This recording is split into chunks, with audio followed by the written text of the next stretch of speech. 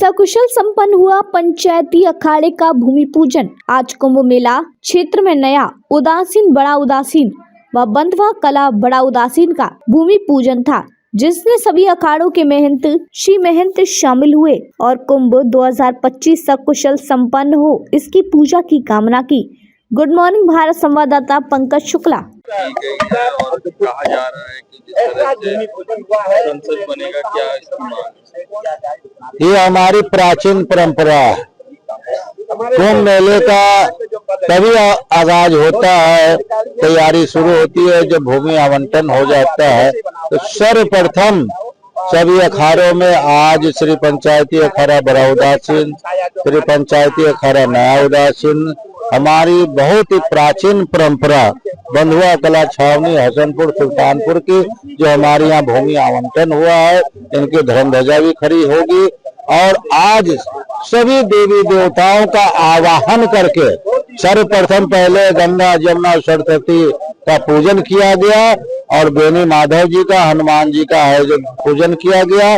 उसके बाद आप देख रहे हैं कि हवन के द्वारा पंच देवता की पूजा की गई है, सभी देवी देवताओं का आवाहन किया गया है और इसी आवाहन के तहत सभी देवी देवताओं से प्रार्थना की गई है कि कुंभ मेला, ये महाकुंभ मेला है 12 वर्ष का, वो दिव्य और भव्य हो और इसी के माध्यम से पूरे देश में सुख समृद्धि हो, देश खुशहाल हो, विश्व का कल्याण हो और अनेक तरह की जो समस्याएं हैं उसका जो निदान करने का ये बड़ा ही सुनहरा अवसर होता है महाकुंभ पर्व का।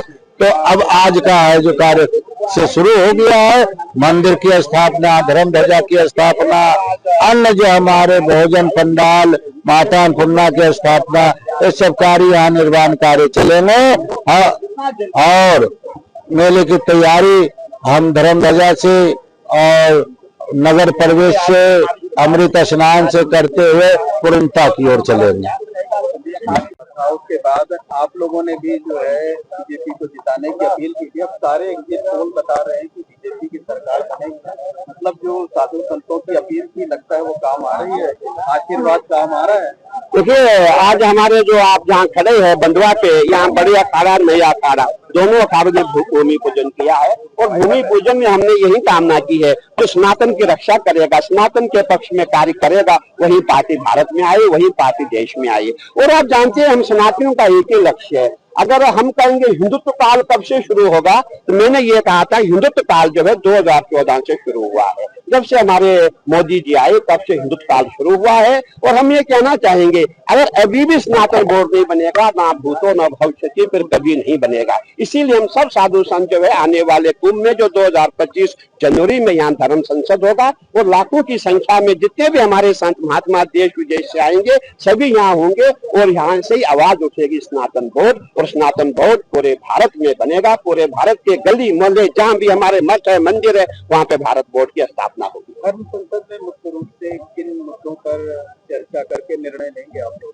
देखिए, आपने देखा होगा वक्फ बोर्ड पूरे भारत में है और वक्फ बोर्ड का कहना हमारी 9 लाख से 10 लाख के बीच की जमीन है। कहने का तात्पर्य पूरा स्टेट इनका है। और आप देखिए हम सनातनियों के पास क्या है, हम तब भी भूखे नंगे थे, आज भी भूखे नंगे हैं। हमारे मठ मंदिर सरकार ले जा रही है, हमारे मठ मंदिरों को समाप्त किया जा रहा है, इसीलिए सनातन बोर्ड की आवश्यकता पड़ी है। इसीलिए सबका एक, सब लोग इकट्ठे हो गए हैं, सबका एक ही कल्पना है, सबका एक ही सबने यही कहा है कि जो हमारा सनातन बोर्ड है वो बहुत जल्दी बने, बहुत जल्दी उसका गठन हो जाए। क्योंकि अगर अभी नहीं बना फिर कभी नहीं बनेगा और अगर सनातन बोर्ड नहीं बनता है तो वक्फ बोर्ड भी नहीं रहेगा। अगर बनेंगे दोनों बोर्ड बनेंगे, नहीं तो कोई बोर्ड नहीं रहेगा। यही हमने निर्णय लिया। तो जो मठ मंदिर है उनको सरकारी नियंत्रण से मुक्त किया जाए।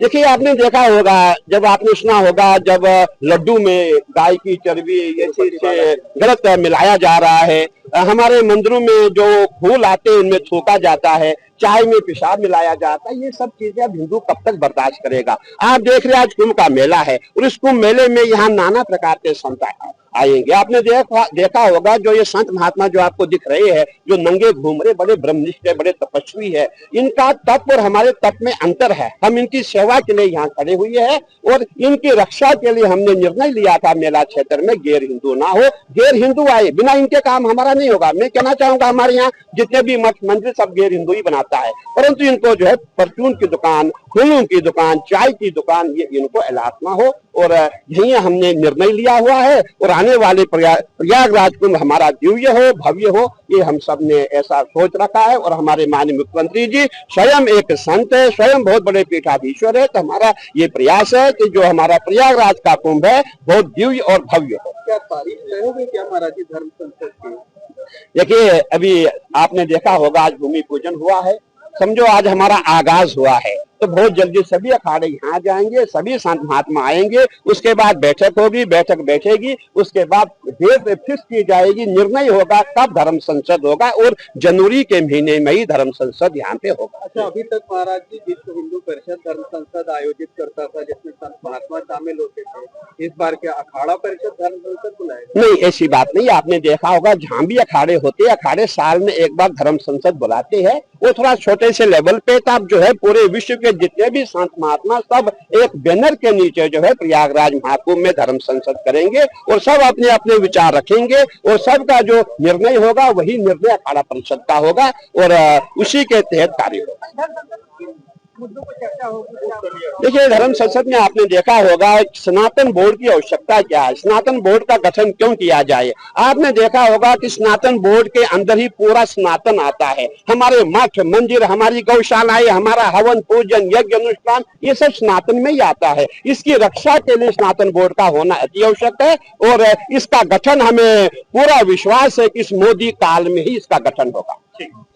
अखिल भारतीय परिषद के अंदर